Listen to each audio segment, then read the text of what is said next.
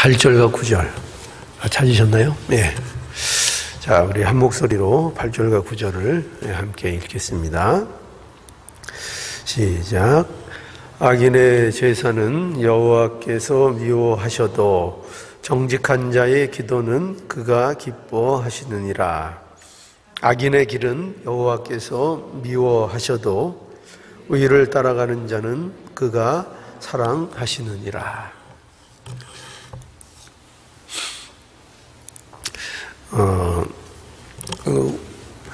우리가 하나님을 믿는 기독교 신앙을 가지고 있습니다. 근데 이 기독교 신앙은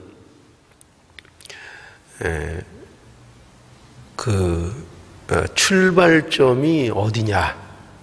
우리가 기독교 신앙이라는 것을 어디에서부터 출발하는 것이냐 하면은 이 기독교 신앙은 우리가 어떤 존재가 된 것으로부터 시작하는 것입니다. 그러니까 우리가 하고 있는 이 신앙이요, 저와 여러분들이 믿고 있는 이 신앙이 출발이 우리는 신앙생활이나 이런 것을 생각하면 언제나 우리가 이제 생각하는 게 뭐냐면 우리가 뭘 할까? 하나님 앞에 우리가 어떤 마음에 드는 행동을 해서 우리가 이 구원을 받을까? 그러니까 보통 인간들이 갖고 있는 이 사고의 체계가 그런 자연스러운 체계를 갖고 있습니다. 그래서 우리가 뭘 해야지 구원을 받을 수 있지? 뭘 할까? 뭘 할까? 그러니까 계속 뭐를 해야 할까라는 행동, 행위라는 것에 자꾸 이제 우리가 마음을 이제 갖게 됩니다. 물론 그게 중요한 거죠.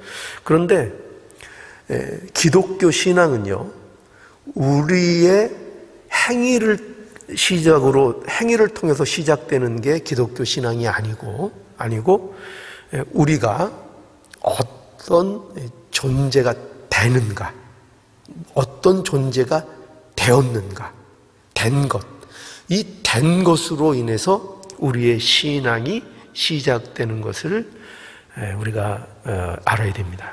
그래서 이 성경의 우리가 내용을 볼 때에도 예수님을 찾아오는 많은 사람들이 공통적으로 갖고 있었던 내용이 뭐냐면, 우리가 무엇을 행해야 할까요?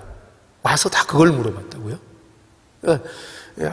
예수님에게 나와서 저 예수님에게는 저분에게는 특별한 어떤 능력이 있다, 그런 것들을 이제 안 사람들이 예수님 앞에 나와서 한결같이 물어봤던 거. 그러니까 먼저 예수님을 어떻게 보면 찾아왔으니까 굉장히 기특한 일이잖아요.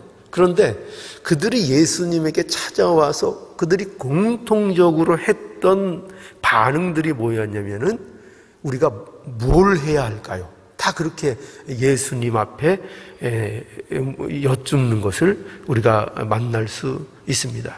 그러니까 오늘날 이게 우리에게도 같죠. 많은 사람들이 전부 다 예수님 앞에 나와서 어떤 신앙이라는 것을 생각할 때에 자꾸 나와서 우리가 무엇을 해야 할까요? 우리가 무엇이 해야 우리가 하나님 앞에 구원을 받을 수 있을까요? 어떤 영생을 얻을 수 있을까요? 이렇게 나온다는 것입니다. 그래서 그런 대표적인 예가 뭐냐면은, 니고데모를 아시죠, 여러분? 니고데모 아십니까? 학생들도 니고데모 알죠? 교회 다니면서 니고데모도 아직 누군지 모르면은 그 문제가 좀 있는 거예요. 니고데모, 요한복음 3장에 나오는 니고데모가 있는데, 그 니고데모는 바리새인이었고 또 유대인의 관원이라고 했습니다. 그런데 이 니고데모가 착각을 하고 있었어요. 어떤 착각을 하고 있었는가 하면은 자기가 이미 구원을 받은 사람인 줄 알고 있었어요. 이 니고데모가.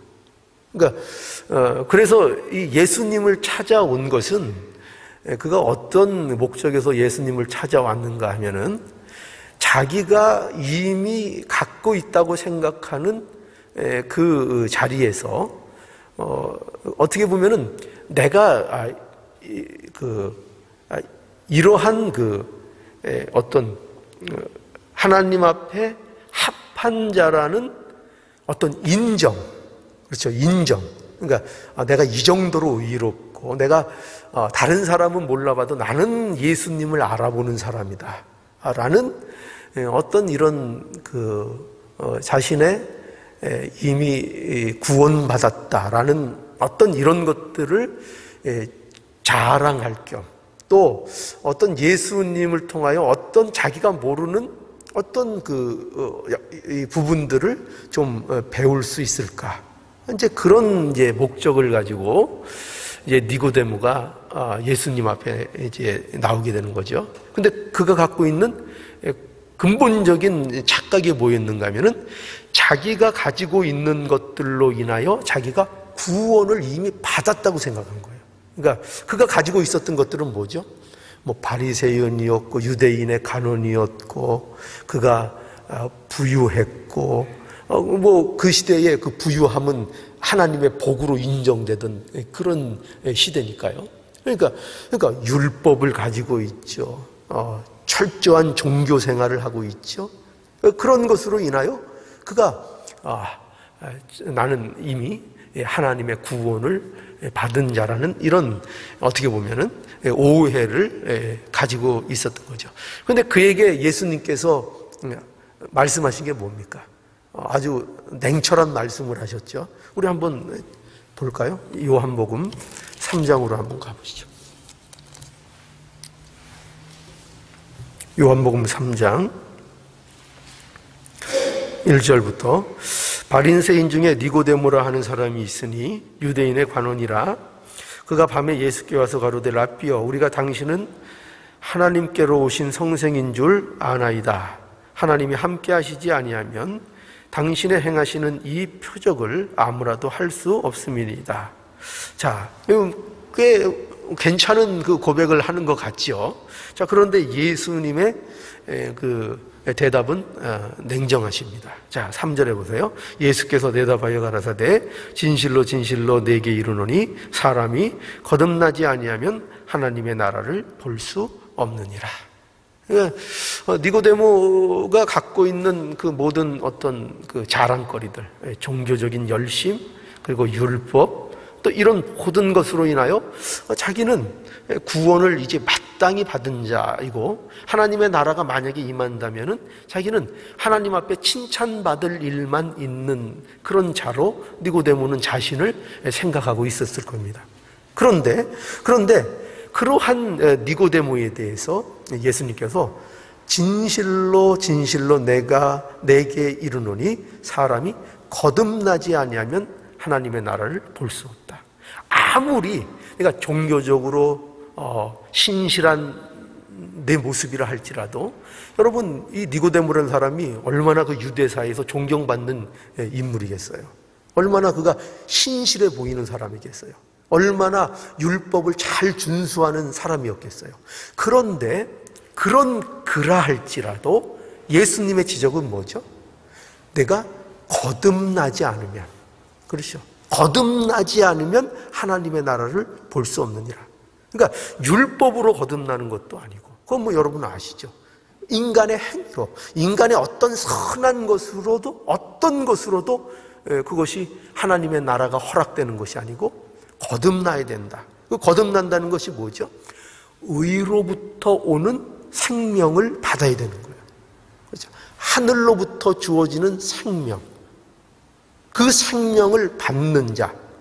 그래서 거기 계속 보면 4절에 니고데모가 가로되 사람이 늙으면 어떻게 날 수 있나이까? 두 번째 모태에 들어갔다가 날 수 있삼나이까? 그러니까 이거를 니고데모는 알아듣지를 못하는 거죠. 육신적으로만 받는 거죠. 어떻게 사람이 다시 태어날 수 있습니까? 그러면 모태에 들어갔다가 다시 나와야 되는 것입니까? 전혀 이해하지 못하는 거죠. 4절에 예수께서 대답하시되 진실로 진실로 내게 이르노니 사람이 물과 성령으로 나지 아니하면 하나님 나라에 들어갈 수 없느니라. 그래서 하나님으로 위로부터 오는 생명을 덧입지 않으면, 그 생명을, 위로부터 오는 그 생명을 공급받지 않으면 그 누구도, 어떤 인간도, 어떤 의로움을 가지고도 하나님의 나라에 들어갈 수 없다라는 것을 분명히 말씀하고 있는 겁니다. 그러니까 예수님의 대답은 거듭나야 한다는 거죠. 그러니까 우리 이것을 다시 얘기하면 우리가 잘 아는 중생해야 한다 하는 것이고, 그리고 이것은 존재가 바뀌어야 한다는 것입니다. 존재가요. 그러니까 우리가 기독교 신앙은 어디에서 시작되는가? 우리 행위로부터 시작하는 게 아니에요. 우리가 얼마나 열심을 냈느냐? 우리가 하나님을 어떻게 하나님을 위해서 무엇을 했느냐? 이런 어떤 행위로부터 내가 무엇을 했느냐로 우리의 신앙이 시작되는 것이 아니고, 우리의 신앙은 우리의 존재가 바뀌는 것으로부터 우리의 신앙이 시작되는 것이에요. 그러니까 신앙의 중점은 존재의 변화에 있는 거예요. 존재가 바뀌는 거예요. 존재. 그래서 기독교 신앙은 우리가 무엇을 하는가로부터 시작하는 것이 아니고, 우리가 뭐라고요? 어떤 존재가 되는 것이냐 하는 것으로 시작하는 것입니다. 이 존재의 변화는 거듭남이고 중생이라고 얘기하는 것이죠. 그래서 이러한 존재적인 변화가 일어나지 않으면 어떤 행위도 하나님과 관계가 없는 겁니다. 이 존재적인 이 변화, 우리 안에 이 존재적인 이 변화, 위로부터 오는 생명이 우리에게 거하지 않으면 우리가 아무리 선하게 살고 아무리 열심을 내고 그 무엇을 행한다 할지라도 그거는 누구와 상관이 없다고요? 하나님과 상관이 없습니다. 반드시 기독교 신앙은 그런 의미에서 우리의 존재의 변화로부터 시작되는 겁니다. 그래서 오늘 이제 본문에 보면은요, 오늘 본문 이런 말씀이 왜 이런 서두가 중요한가 하면, 오늘 본문을 보면 오늘 본문 8절과 9절을 다시 보시죠. 자, 다시 보시죠. 악인의 제사는 여호와께서 미워하셔도 정직한 자의 기도는 그가 기뻐하시느니라. 악인의 길은 여호와께서 미워하셔도 의를 따라가는 자는 그가 사랑하시느니라. 자, 여러분 여기 보세요. 하나님이 미워하시는 것이 있고 기뻐하시는 것이 있어요. 그렇죠? 하나님이 미워하시기도 하시고 기뻐하기도 하십니다. 그런데 하나님께서 무엇을 미워하시죠? 여기 무엇을 미워하신다고 되어 있어요? 무엇을 미워하시죠? 제사를 미워하십니까? 제사를 미워합니까? 아니죠. 제사를 미워하는 게 아니고 뭘 미워하시는 거예요? 악인의 제사.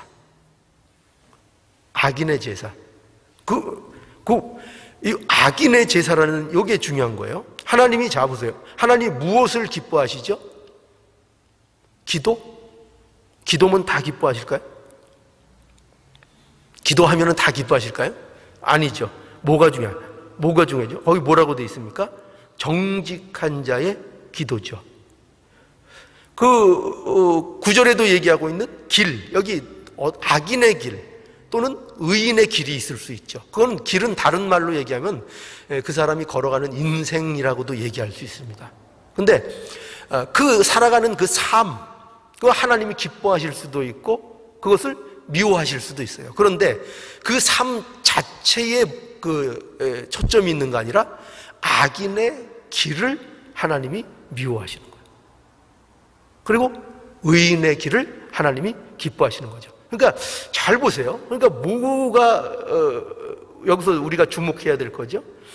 제사, 기도, 어떤 삶, 거기에 그 중요한 중점이 있는 게 아니에요. 그죠? 우리는 이런 생각을 해요. 어떤 신앙적인 오해를 갖냐면 우리는 제사, 오늘날로 얘기하면 예배를 드리면 그게 다 옳은 건 줄 아는 거죠. 그러니까 예배하면 거기에다가는 어떤 시비를 못 걸어요. 예배 드리자는데 누가 거기다 시비를 걸겠어요?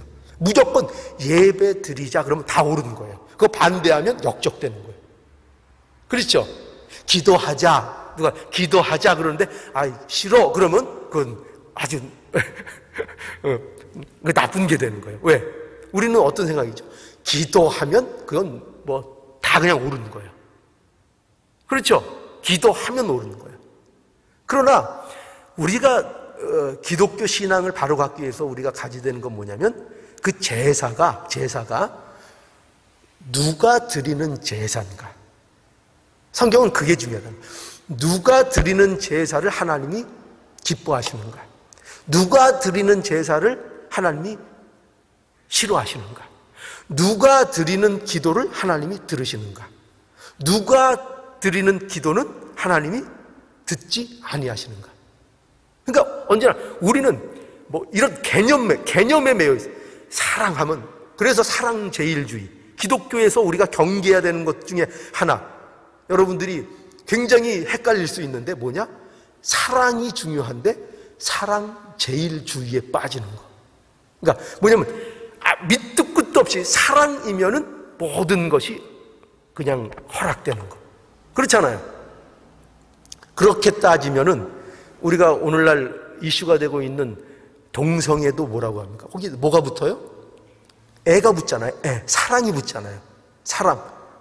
그죠? 그러면 사랑이면 다 옳은 거예요? 기도면 다 옳은 거예요? 예배면은 다 옳은 거예요? 아니죠. 성경은 그렇게 얘기하는 게 아니고 누가 드리는 예배이냐, 누가 드리는 기도이냐, 이것을 성경에서는 우리에게 말씀하고 있다는 것입니다. 그래서 중요한 것은 하나님이 관심을 갖는 것은 누가입니다. 누가 드리는 제사냐, 누가 드리는 기도냐, 누가 하는 기도냐. 자, 여러분 그 창세기 4장을 한번 가보죠. 창세기 4장 1절에서 5절입니다.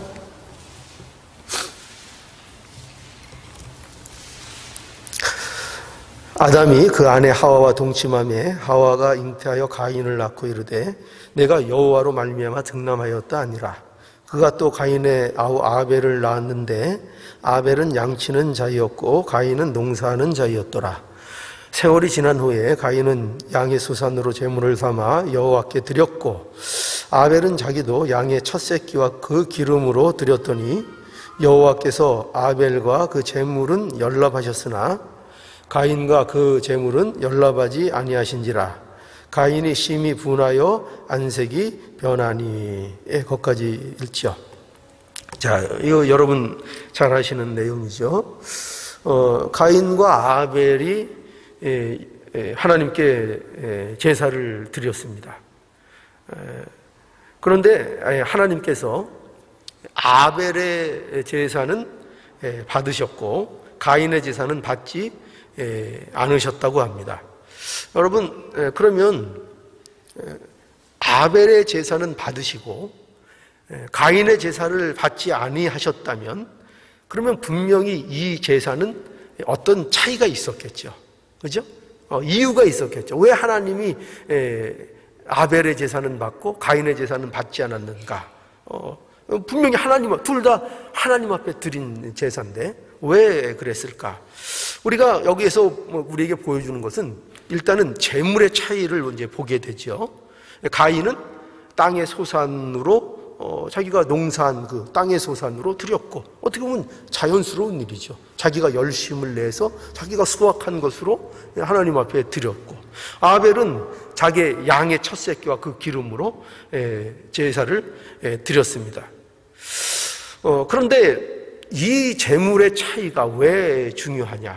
왜 중요하냐 하면은 이것은 단순히 재물의 차이 때문에 이러한 결과가 있는 게 아니에요.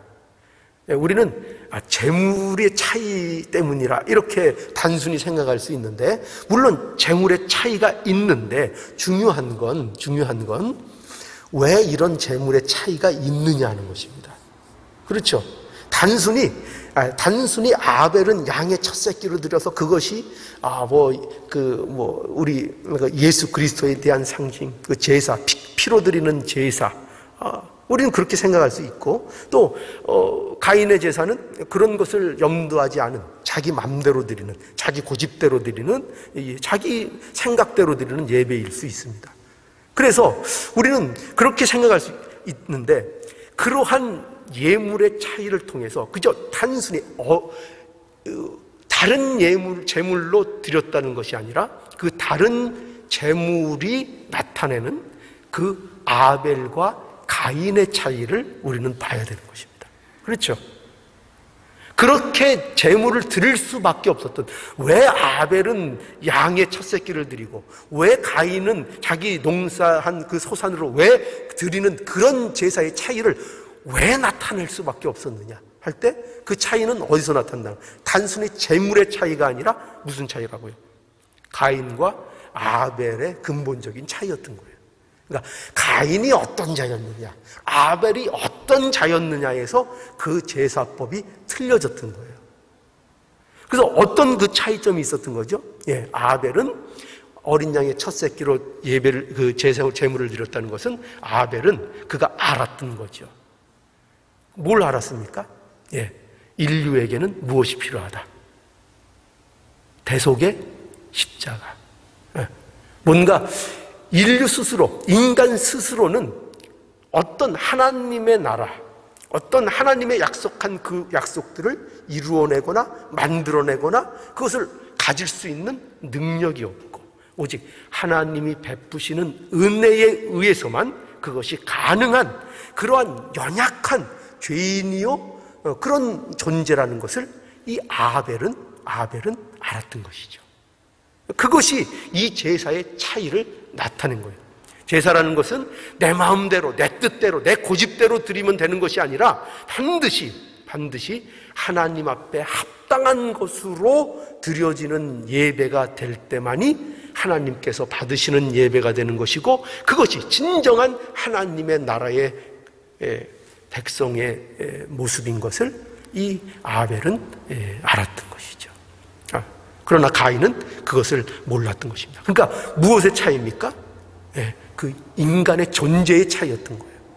그래서 여기 보면은 보세요. 이렇게 표현되어 있잖아요. 4절에 보면 3절부터 세월이 지난 후에 가인은 땅의 소산으로 제물을 삼아 여호와께 드렸고 아벨은 자기도 양의 첫 새끼와 그 기름을 드렸더니 여호와께서, 보세요, 여기 보세요, 이 표현을 보세요. 아벨과 그 제물을 연락하셨다.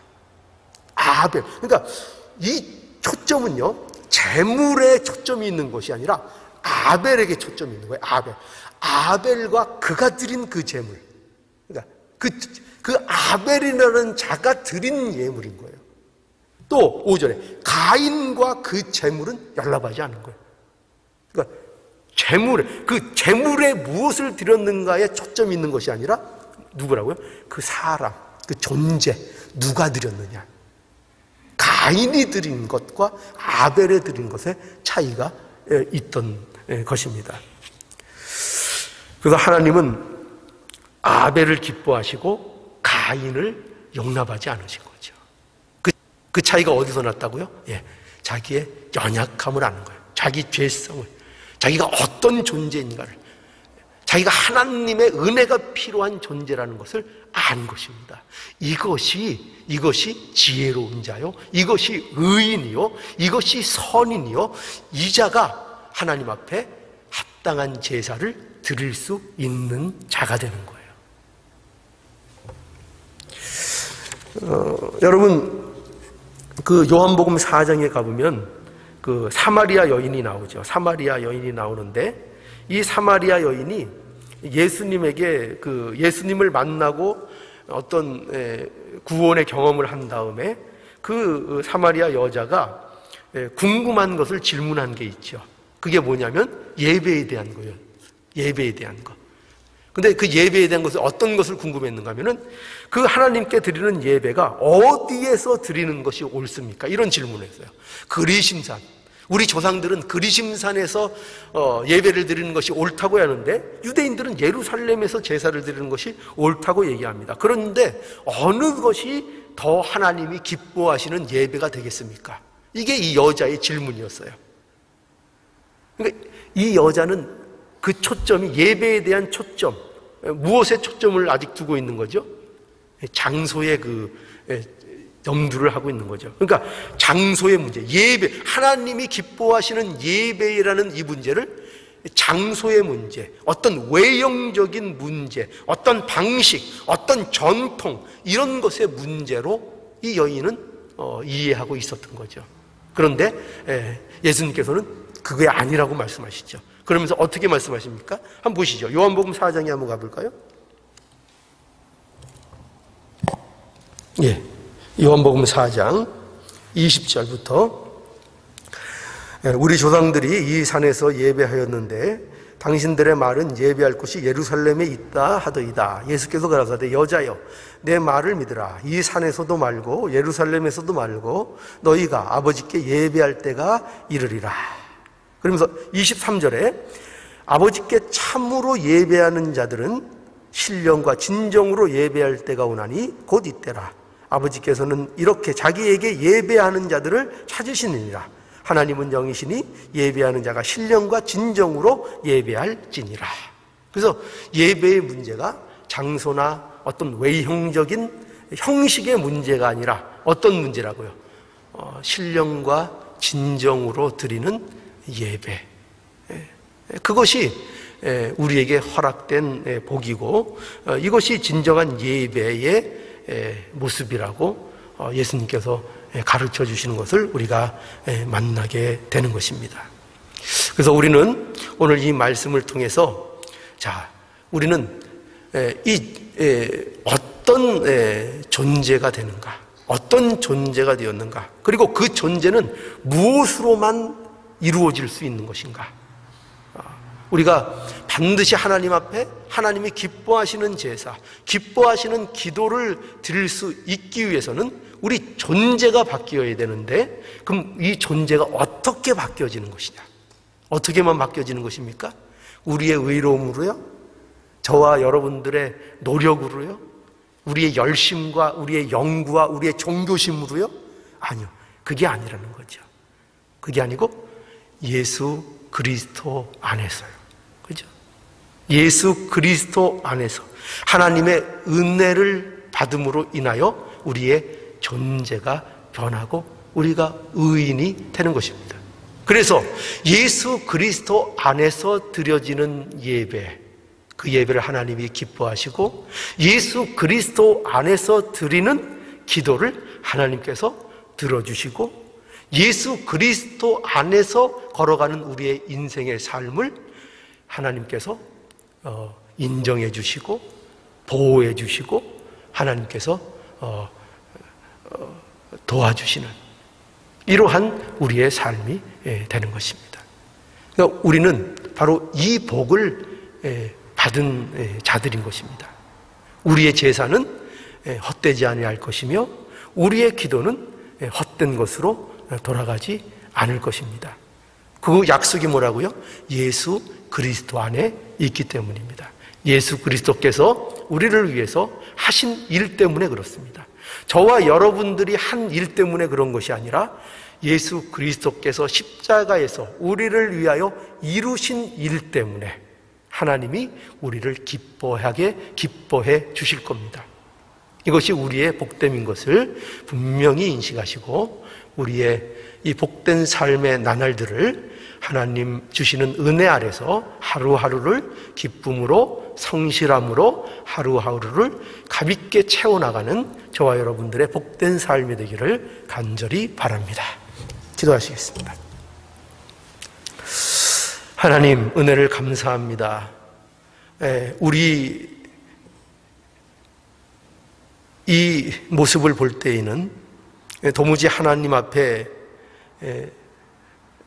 하나님이 기뻐하실 만한 제사를 드릴 수도 없는 존재고, 하나님이 기뻐하실 만한 기도도 감히 할 수도 없는 존재일 뿐만 아니라, 우리의 인생은 아무리 열심히 걸어도, 아무리 선한 일을 하려고 해도 결국은 멸망일 수밖에 없는 그런 참으로 비통한 자리에 있는 자들이었습니다. 그러나 아버지 하나님께서 우리를 사랑하심으로 말미암아 아무 조건과 자격을 따지지 아니하시고 오직 은혜를 입혀주심으로 하나님의 백성이 되게 하시고, 우리의 제사를 예수 그리스도 안에서 받아주시고, 우리의 기도를 예수 그리스도 안에서 들어주시며, 우리의 인생을 예수 그리스도 안에서 보람되게 채워주시는 하나님의 은혜와 사랑을 감사합니다. 이 은혜를 우리가 입었사오니 우리가 이 세상을 살아갈 때에 참으로 담대하고 참으로 두려움 없이 살아갈 수 있는 우리의 모습이 되게 하여 주시옵소서.